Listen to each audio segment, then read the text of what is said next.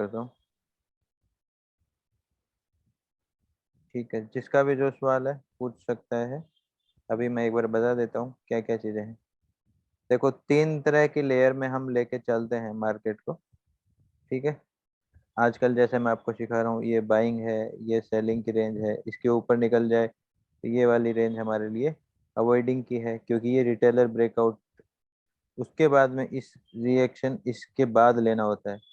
अब आप ये देखो कि यहाँ पे जब मार्केट था, मैंने कहा था कि अगर मार्केट फास्ट हो तो हमें क्या करना है, मार्केट पलट सकता है। मार्केट ने वैसा ही किया, लेकिन छोटी छोटी कैंडल में ज्यादा दूरी तय करके और ए शेप बनाया।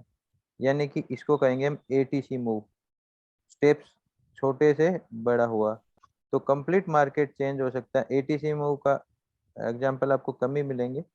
तो ए जे शेप, और ये डायनेमिक पीओसी। ये पीओसी मैंने बताया था, उस टाइम बनाया नहीं था। अब फास्ट जोन क्या होगा, मार्केट ने एक रेंज क्रिएट करी स्टार्टिंग में, ये वाली रेंज। ठीक है, इसके ऊपर फास्ट था, फास्ट आया, फिर इसके नीचे रहा, थोड़ा सा फास्ट ही रहा था। इस रेंज में ज्यादा सस्टेनिंग करी है, इस रेंज में ज्यादा सस्टेनिंग करी है। यहाँ के बाद में एक जोन बनाया और फास्ट ही हुआ, फास्ट ही आया इसके अंदर, वापिस इसी जोन में आ गया। अब इसके साथ हम पैटर्न्स को अटैचमेंट करेंगे। तो देखो, यहाँ से मार्केट ने ये जब ये वापस नीचे की साइड आया, इस पोर्शन में हुआ, तो यहाँ के आसपास ये श्रिंक होने लग गया था। ये एक बार ब्रेकआउट दिया, ये वाला वापस से इसका फर्स्ट जोन था जो मैंने आपको कहा था। आगे भी हम इसको फर्स्ट जोन में ही देख रहे थे, इसी रेंज में, क्योंकि ये सरफेस छोड़ता जा रहा था, ये सरफेस आगे छोड़ रहा था। तो हमें इसे प्रोटेक्टर की तरह भी देख रहे थे कि इससे नीचे नहीं जाना चाहिए। तो डायनेमिक पीओसी हमें क्या बताता है कि कौन सी रेंज है जो मार्केट को रोक सकती है या जिसमें खेल हो सकता है। जैसे ऊपर से हम पीओसी देखते हैं, वैसे ये डायनेमिक पीओसी। अब इस पीओसी में ये पैटर्न भी मैंने उसी हिसाब से लिया है जो कि फास्ट है, फास्ट नहीं है, रुकावट है। जैसे इस जगह रुकावट है, रुकावट है, रुकावट है, रुकावट है, ये ट्रेप फास्ट है, जो कि इस डायनेमिक पीओसी का आधार बन रही है। उसके बाद में फास्ट मार्केट निकलता है ऊपर की साइड में। तो ये जो पजल रही है इससे इस दौर की, यही आगे पजल करके मार्केट को वापस उठा दे। पीओसी बॉक्स का ब्रेक होना तो फॉल्स ब्रेक होना चाहिए, ये नहीं कि सस्टेन करे।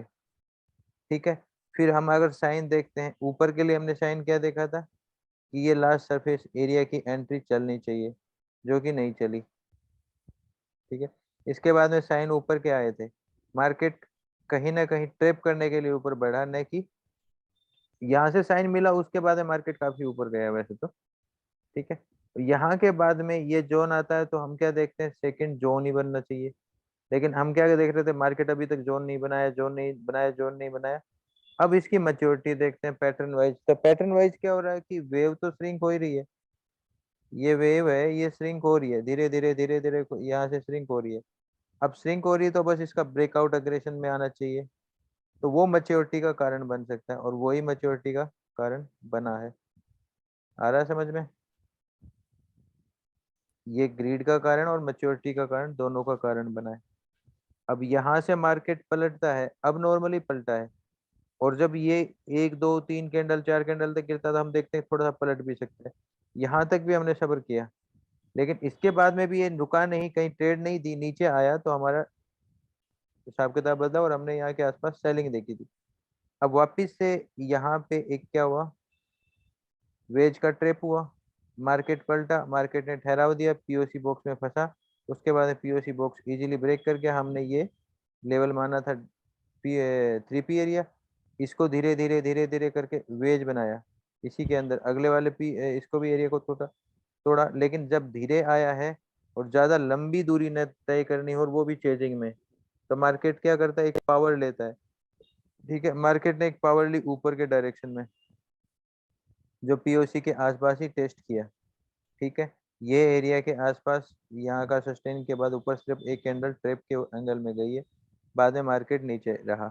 तो हमें क्या सिखा रहा मार्केट, कि एक तो हमें डायनेमिक पीओसी बॉक्स के हिसाब से भी कैलकुलेशन को निकालना चाहिए, और एक हमें मार्केट को अगर तीन फेसेस में देखते हैं, जरूरी नहीं कि हम हॉरिजेंटली देखें, हम ये वर्टिकल या ये ट्रेंड लाइन बेसिस वाले एंगल में, असेंडिंग डिसेंडिंग में भी बॉक्स को देख सकते हैं। अगर हम देख रहे हैं और फिर उसमें भी फास्ट और कमजोर एरिया ढूंढो। अगर मान लो कोई एरिया फास्ट वाला है, उस एरिया में मार्केट धीरे धीरे धीरे धीरे आ रहा है, मतलब उस एरिया में जहां फास्ट होना चाहिए ट्रेपिंग के एंगल से ऊपर जाने के लिए, वहां अगर धीरे आ रहा है मतलब मूड चेंज हो रहा है। तो यहाँ पे मार्केट धीमे था, फास्ट नहीं था, और फिर अब सस्टेन भी कर गया ओवर करके। ठीक है, तो यहाँ से कई साइन हमें मिले। एक तो ये चीज ध्यान रखा करो कि ब्रेकआउट के बाद के जोन का ऊपर का रिएक्शन कैसा है, जोन बना रहा है या एटीसी बना रहा है, यानी कि स्टेप्स को गिरा के ट्रिप कर रहा है या स्टेप्स को बढ़ा रहा है। अगर स्टेप्स बढ़ते हुए क्रम में होते हैं तो एटीसी मूव बनता है, घटते हुए क्रम में होते हैं तो कहीं ना कहीं बैरियर फेस करके नीचे की साइड डबल टॉप बना के क्यूआरटी परफॉर्म कर देता है, टीक्यूआर परफॉर्म कर देता है।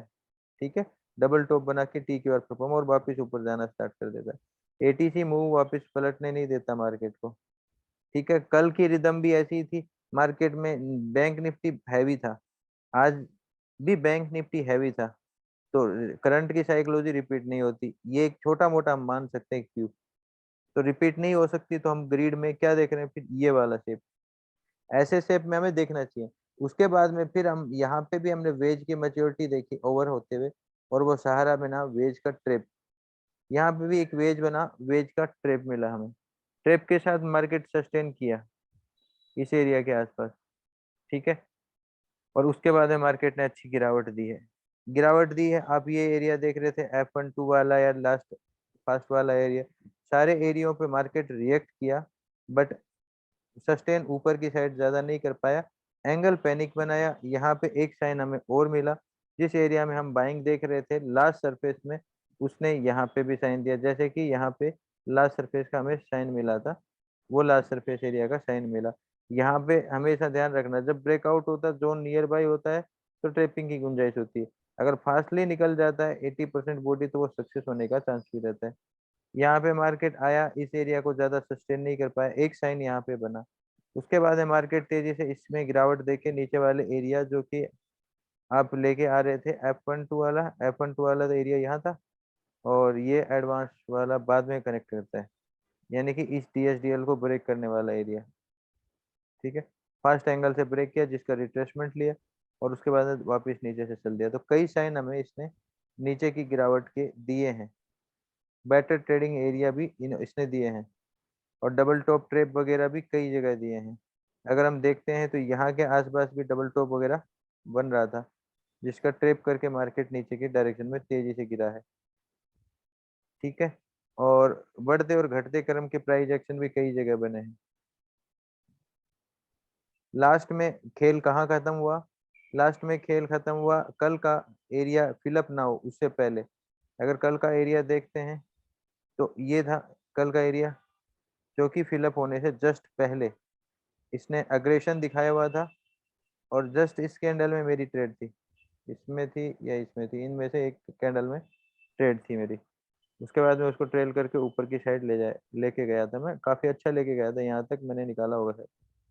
ये ट्रेड मैंने यहाँ के आसपास भी उठाई थी, बट सक्सेस नहीं हुई, नुकसान दिया।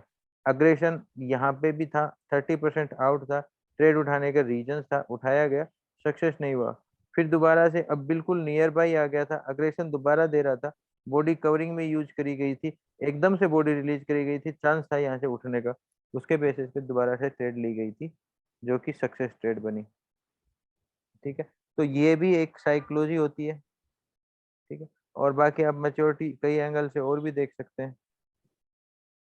तो ये रहता है डायनेमिक पीओसी। और उसके बाद में लेयर बाय लेयर मार्केट गिरा ही है, यहाँ से गिरा ये, यहाँ से गिरा ये, यहाँ से गिरा ये, बट चेजिंग नहीं है। हर जगह एक रिट्रेसमेंट कंफर्टेबल देता हुआ मार्केट गया है, चेजिंग नहीं कह सकते। तो ये आज के मार्केट का लगभग स्ट्रक्चर था पीओसी बॉक्स के हिसाब से। इससे रिलेटेड किसी का सवाल? कोई सवाल है इसमें, कुछ चीज न समझ में आए या कोई चीज पजल कर रही हो? पैटर्न्स को कैसे कनेक्ट करना है, समझ एक जगह से नहीं कई जगह से विकसित करनी होती है। पैटर्न समझ देते हैं, साइन समझ देते हैं, एटीसी समझ देता है। ठीक है, नीचे से की गिरावट तेजी से जो ठहराव है, ऊपर का रिट्रेसमेंट है, चेजिंग कैसा है, ठीक है, कितनी कितनी दूरी कवर करके मार्केट नीचे की डायरेक्शन में कदम रख रहा है। ठीक है, ये सारी समझ के कारण बनते हैं। यहाँ पे मार्केट के स्टेप्स गिर रहे थे, यहाँ पे गिर रहे थे, गिरने के बाद में ये रिट्रेसमेंट लिया। ठीक है, वेज को भी देखा गया, रिट्रेसमेंट लिया तो वेज का ट्रेप हुआ। ट्रेप एरिया में जैसे ये सरफेस आया, ठीक है, ये मेन एरिया था अपना FCFR वाला एरिया, जिसके एरिया के आसपास ट्रेप करते हुए मार्केट तेजी से गिरा। और टाइम स्विच था ये शायद 11:30 बजे का। ठीक है, टाइम स्विच के आसपास ट्रेप करके तेजी से गिरा। तो POC बॉक्स जैसे हम नॉर्मल देखते हैं वैसे ये वाला भी हम देख सकते हैं, और इसके साथ में अटैचमेंट दे सकते हैं समझ कि ऊपर का एरिया फास्ट कितना है, पहले कितना फास्ट है, आगे कितना फास्ट है। यानी कि ज्यादा फास्ट है तो सस्टेन नहीं कर पाएगा। और उसी वे पैटर्न के साथ में आपको इम्पोर्टेंस दे देता है। पैटर्न को ब्रेकआउट देना यानी कि पैटर्न को ट्रिप कर रहा है ये, रिटेलर के लिए ब्रेकआउट है। ठीक है, किसी का कोई सवाल है? नहीं तो मैं वीडियो पॉज करता हूँ।